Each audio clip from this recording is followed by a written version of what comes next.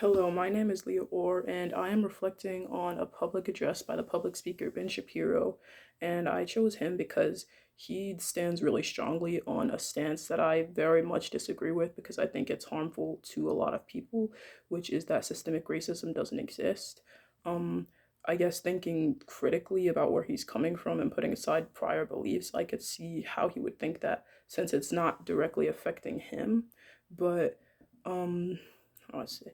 Even though there are no longer set rules and systems in place like Jim Crow, like that are keeping people of color down, and they don't exist anymore because of laws that have gotten rid of them, there are still the effects that they have that are affecting people of color to this day and keeping them down.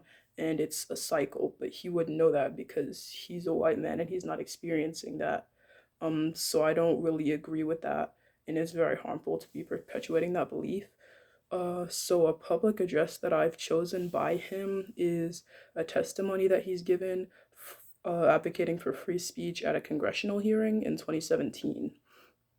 So putting aside like prior beliefs and my disagreement with him, I opened my mind to listen to what he's saying. And in the address, he's presenting his beliefs from his perspective as a straight white man, where he's talking about protests that are going on that are damaging freedom of speech. And it seems like he thinks that the protests advocating for certain beliefs are damaging freedom of speech because these protests are protesting against the beliefs that he holds, um, and the beliefs that he thinks other straight white men hold. So it's kind of dangerous to him, which is why he's testifying against it in this testimony.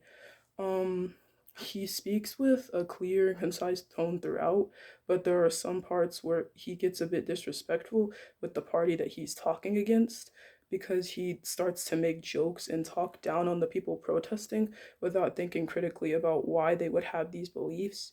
And he thinks that they need to kind of pipe down and listen to other people's beliefs, which is a good a good perspective to have, kind of what I'm doing in this assignment, to be like willing to open your mind and discuss with other people why they'd hold these beliefs. But at the same time, when these beliefs that you hold are harmful to other people, you can't just pipe down and not say anything about it.